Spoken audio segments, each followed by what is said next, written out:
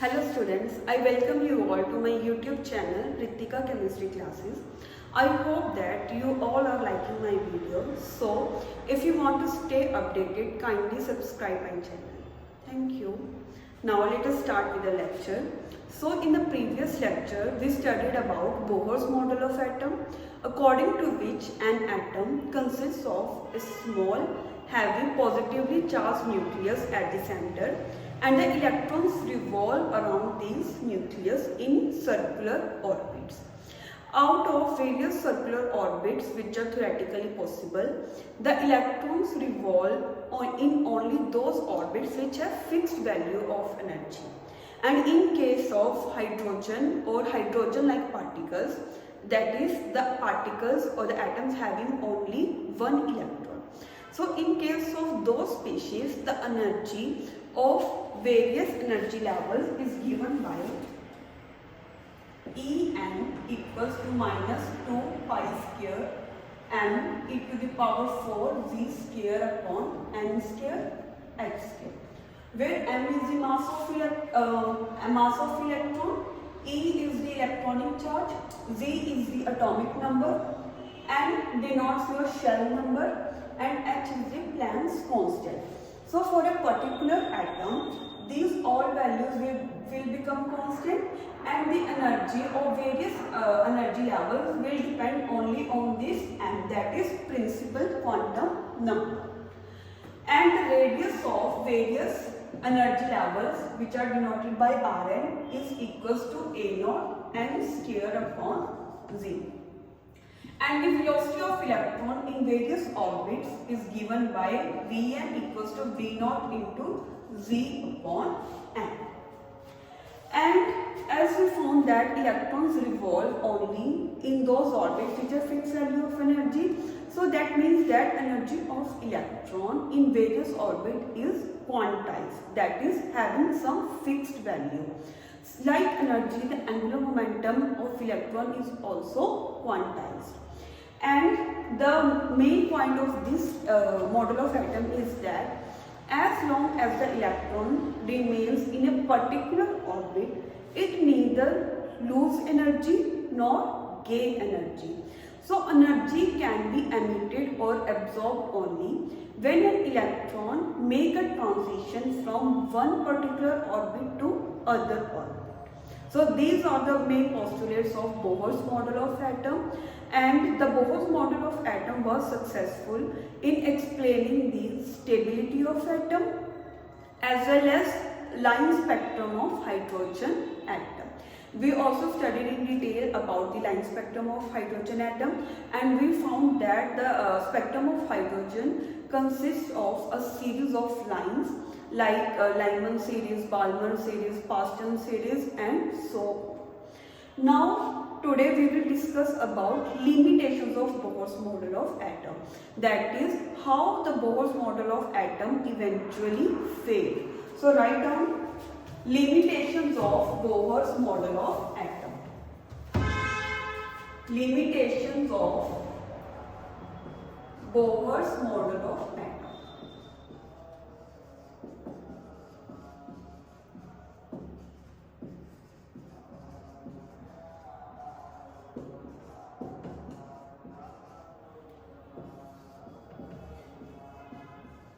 So the Bohr model of atom was successful in explaining the line spectrum of species having only one electron, that is line spectrum of species that are hydrogen-like species.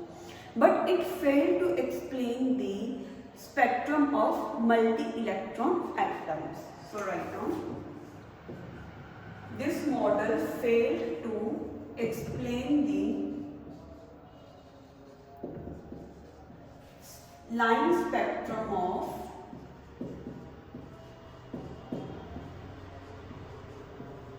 multi-electron atoms.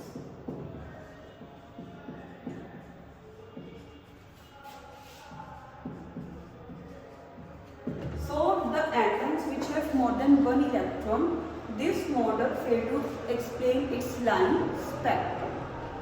In case of hydrogen atom, it is found that when the line spectrum of hydrogen was studied under high resolving spectroscopes, then it was found out that a single line splits into a number of closely spaced lines, which is called fine structure. Let me explain this. So let us suppose this is shell number 1, this is shell number 2, and this is shell number 3. So let's suppose that this is one of the transition in line spectrum of hydrogen atom. So when this transition is studied under high resolving spectroscope, it is found that this is not only a single line, but this line is split again. This line gets split into a number of closely spaced lines, which is called fine structure. So this model of atom failed to explain the fine structure of hydrogen atom also. Second, write down. The second limitation of this model of atom is this model of atom failed to explain the splitting of lines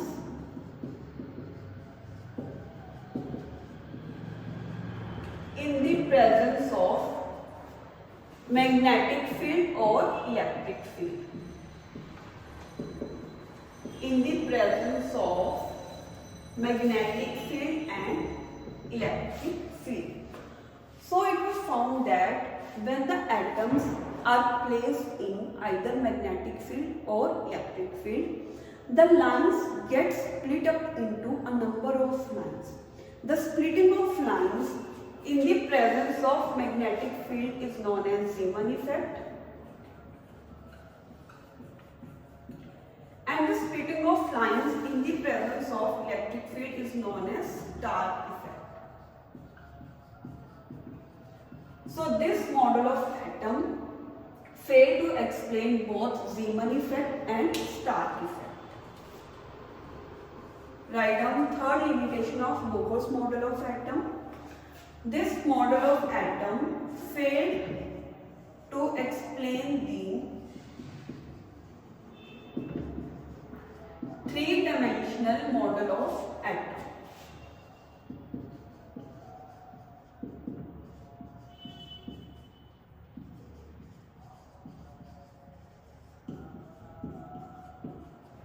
So according to Bohr's model of atom, the electrons revolve around the nucleus in circular orbits, that is, it should have planar structure.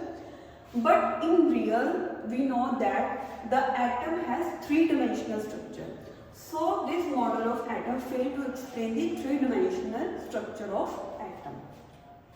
Fourth, this model of atom failed to explain the shape of molecules.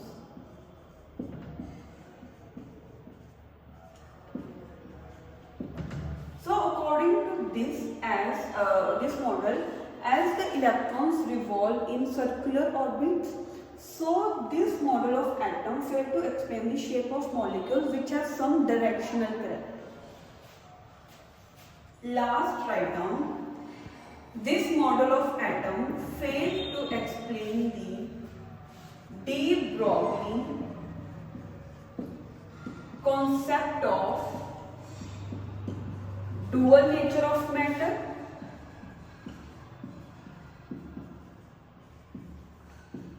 and Heisenberg's uncertainty principle.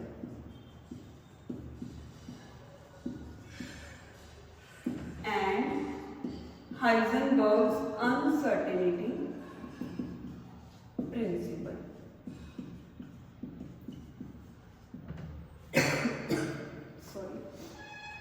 So the Bohr's model of atom, it considers only the particle nature of matter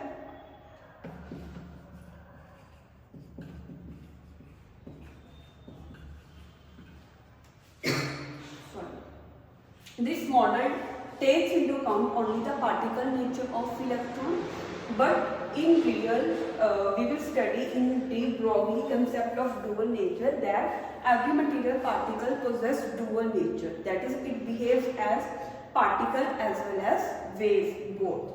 And this model also failed to explain the Heisenberg's uncertainty principle. We will study both these concepts in detail later. So, next write down quantum mechanical or wave mechanical model of atom. Quantum or wave mechanical model of atom.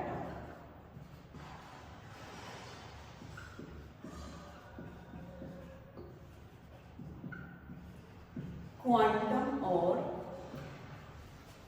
wave mechanical model of atom.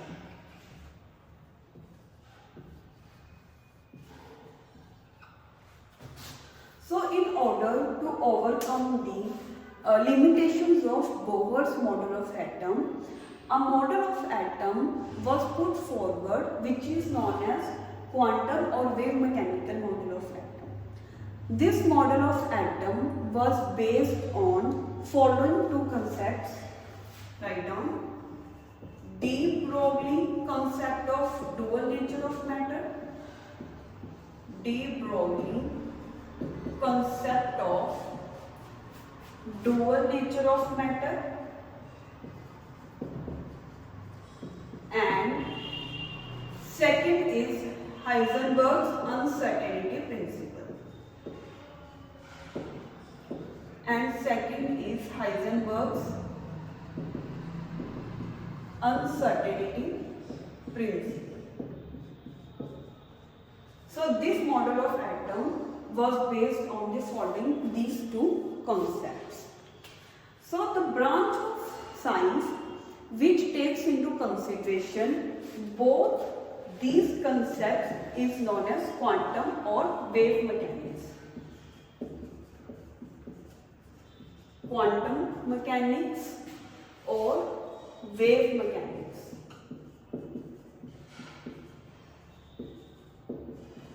Okay. Just like the Bohr's model of atom was based on Planck's quantum theory, so similarly the quantum mechanical or wave mechanical model of atom was based on this quantum mechanics or wave mechanics. So now firstly we will study both of these concepts. So first write down deBroglie concept of dual nature of matter. deBroglie concept of dual nature of matter.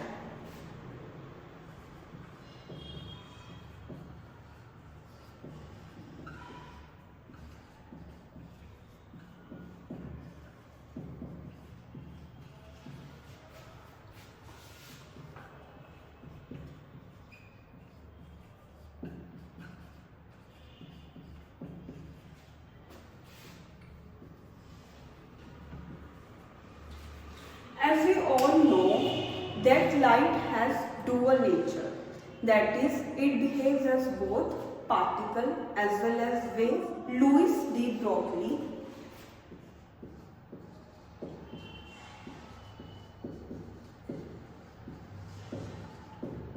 he was a French physicist, so he advanced this idea to material particles, that is, both material particles, that is both microscopic objects as well as macroscopic objects.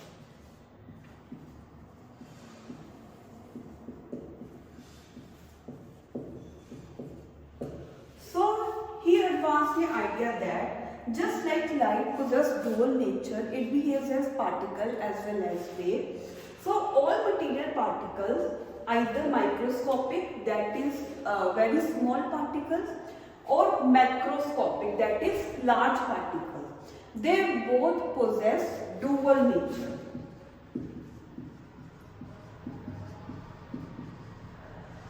That is, they behave as both particle as well as wave. Particle as well as wave. So according to this concept, all material particles like protons, electrons, this marker, this whiteboard, all material particles, they possess dual character. They will possess particle as well as wave nature. So the wave associated with, write down, the wave associated with this material particle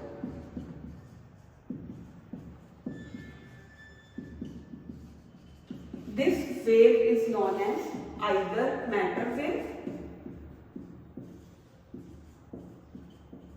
or deBroglie wave or deBroglie wave. We can calculate the wavelength of this matter wave or deBroglie wave using the equation known as deBroglie equation. So we will derive this equation. Write down derivation of deBroglie equation. Derivation of deBroglie equation.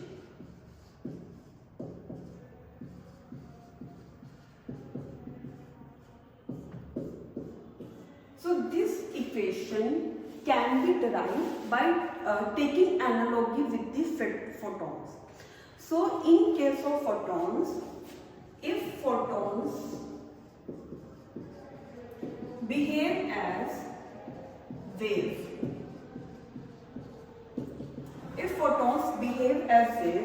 then its energy will be equals to h nu, as we have already studied in Planck's quantum theory. And if the photons behave as particle, then the energy of this photon will be equals to mc square. Okay, as you know, frequency is associated with wave. So if photon will behave as a wave, then its energy will be equals to h nu, and if the photon behave as particle, then its energy is given by mc square. As you can see, in the left hand side of both equations 1 and 2, we have the energy of photon. So if left hand side is equal, then right hand side must be equal. So equating equation 1 and 2, equating equation 1 and 2, we get h nu equals to mc square, right?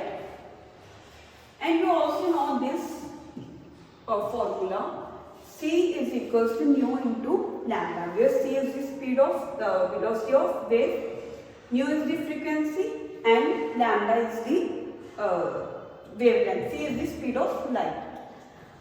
So if you want to convert frequency into wavelength, what we can write, this will be equals to, if we take this lambda on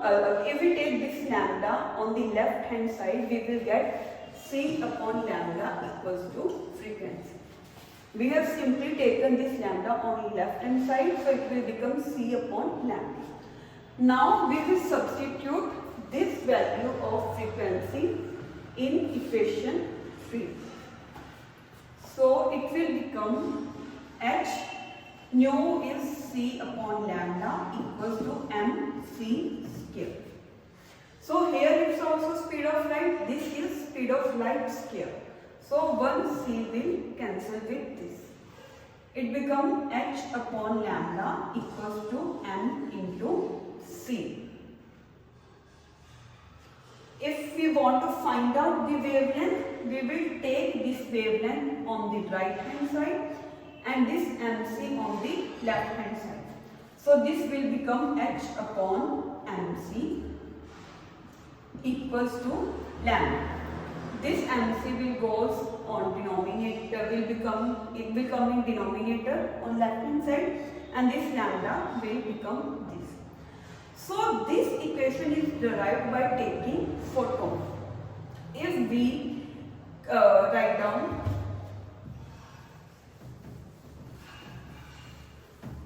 if we replace mass of photon with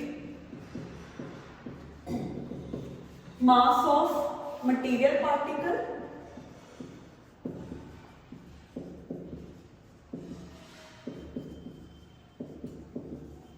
and if we replace the speed of light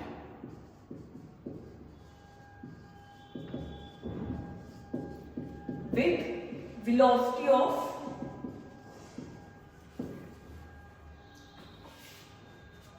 material particle, then the equation will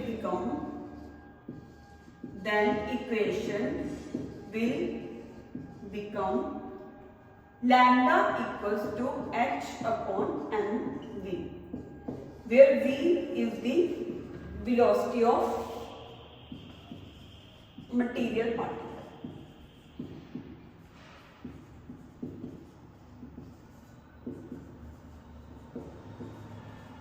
M is the mass of particle, or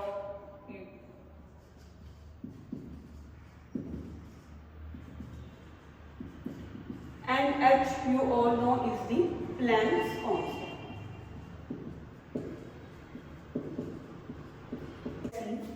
If accelerating potential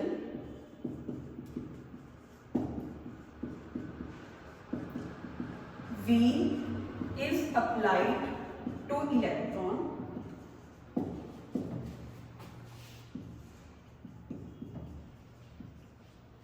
then energy of electron, energy acquired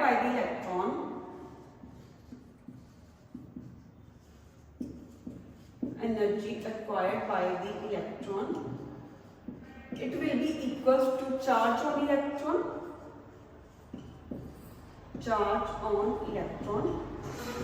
multiplied by potential applied multiplied by the potential applied. So it is charge on electron, let's suppose it is E, and V is the potential applied, and this energy will become kinetic energy possessed by the electron, and you all know kinetic energy is represented by half mv square, like this. So multiply and divide this side with m, so it will become m square upon m. Here we have simply multiplied the numerator and denominator by m, so it will become EV.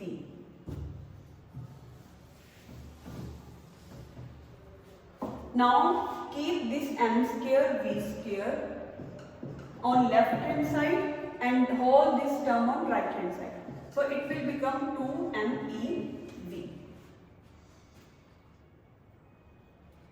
So the deBroglie equation, we have lambda equals to h upon mv. So substituting this value of mv, we will get lambda is equals to, or what you can see from this mv will become taking square root on both sides, it will become square root of 2meV. Now substitute this value of mv in this deBroglie equation. So wavelength will become h upon square root of 2me into v. So this is another expression for deBroglie wavelength. And you all know this m into v is momentum. So you can write this mv as b, which is momentum. Also for electron,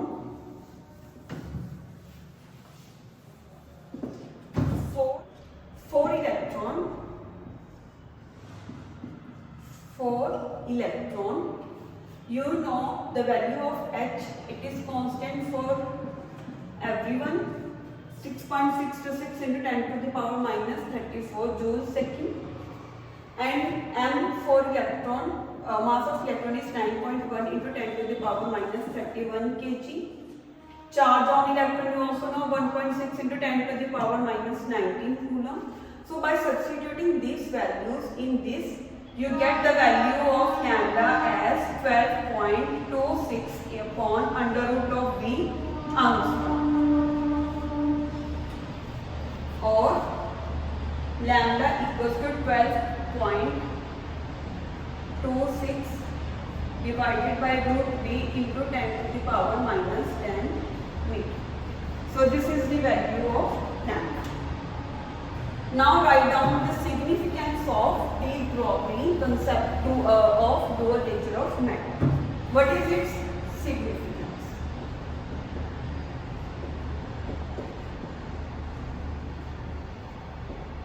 So we can see that although this deBroglie concept of dual nature of matter is applicable to all material objects, either microscopic or macroscopic both, but it has significance only in case of microscopic objects, that is smaller objects. Because we know lambda is equal to h upon mv. From this we find that lambda is inversely proportional to mass of the material particle. So larger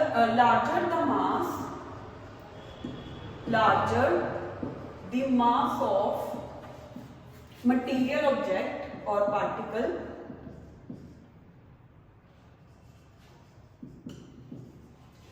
larger the mass, smaller will be the wavelength.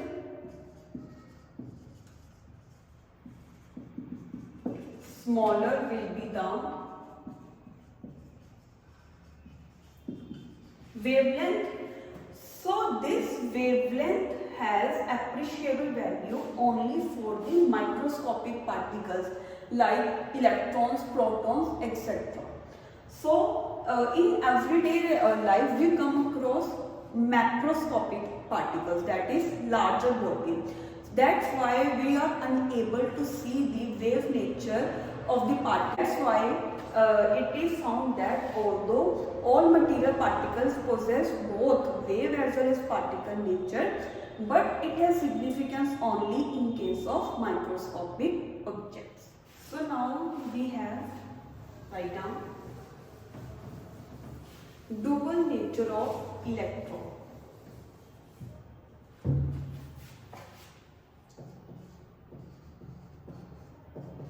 Dual nature of electron.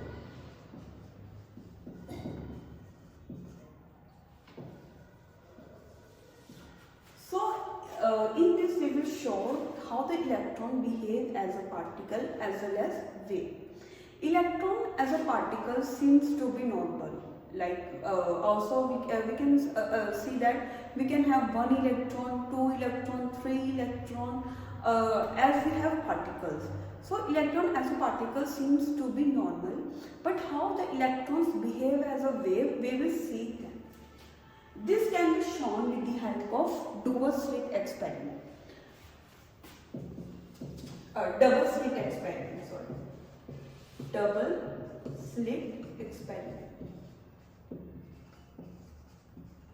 So in the double slit experiment we have these two slits.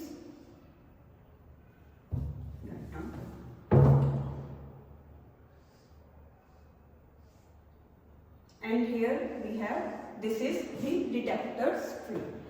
So firstly we performed this experiment with particles. Let's take some bullets.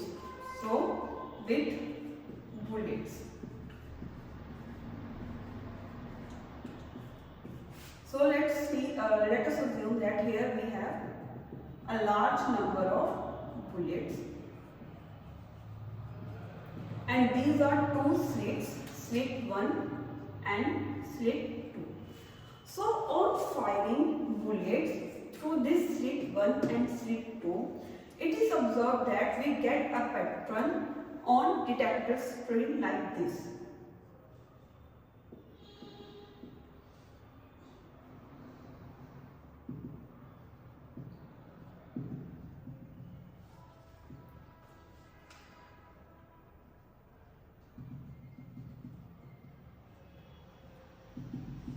So in case of bullets which behave as a particle, we get two bands which are obvious. One band is corresponding to this slit 1. On firing bullets, the bullets on passing through this slit 1 will strike this screen at this point, and the bullets on passing through slit 2 will strike the screen at this point and will produce a band. So with bullets which behave as a particle, we get two bands which are obvious, and the intensity of these bands, which is represented by I12, it will be equals to I1 plus I2, where I1 is the intensity when only slit 1 is open. That is, if we close this slit 2, then we will get intensity like this, where I2 is the intensity with only slit 2 open. That is, if we close this slit 1, then we will get intensity like this. But on opening both the slits, when both the two slits are open, the resultant intensity will be I1 plus I2. So next, when we perform this experiment with waves, what will happen? Let's see. And similarly, this is the detector screen, and here we have waves. So waves can be produced on throwing a straw in a pond containing water. We saw that the waves spread out in the form of concentric circle. Sorry. So if we use waves here, then the pattern that we obtain here is something like this.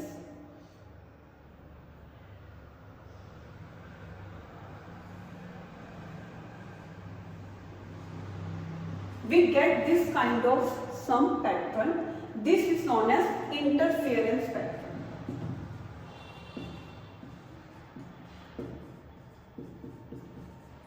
And here the resultant intensity I12, this is not equals to I1 plus I2. Why?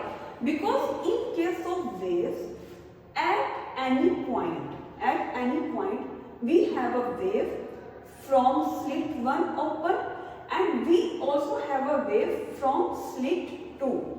And at any point, the waves from both these slits interact with each other, interfere with each other, and they produce interference pattern. That's why in case of waves we get interference pattern like this. Now, when this experiment was conducted using electrons,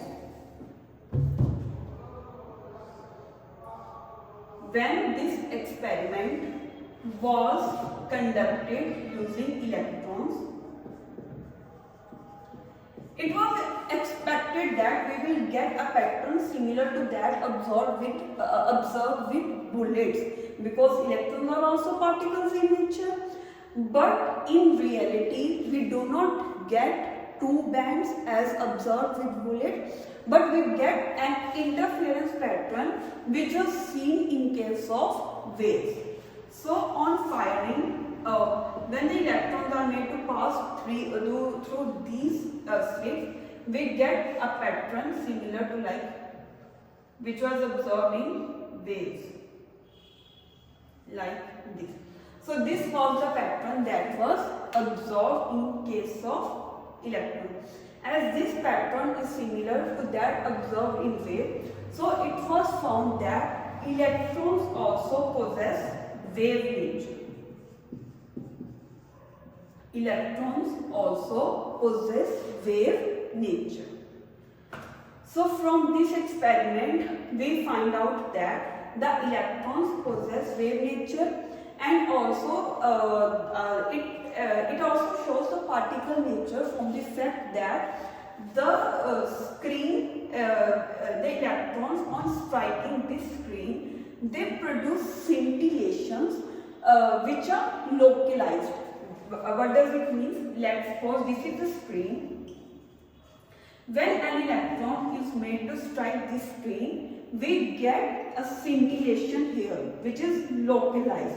If an electron will strike the screen here, it will produce scintillation here, which is also localized, showing that electrons are particle in nature. Because the waves have property of delocalization. That means it spread out in space. As you can see, I have already given you the example. When we throw a stone in a pond containing water, then the waves spread out in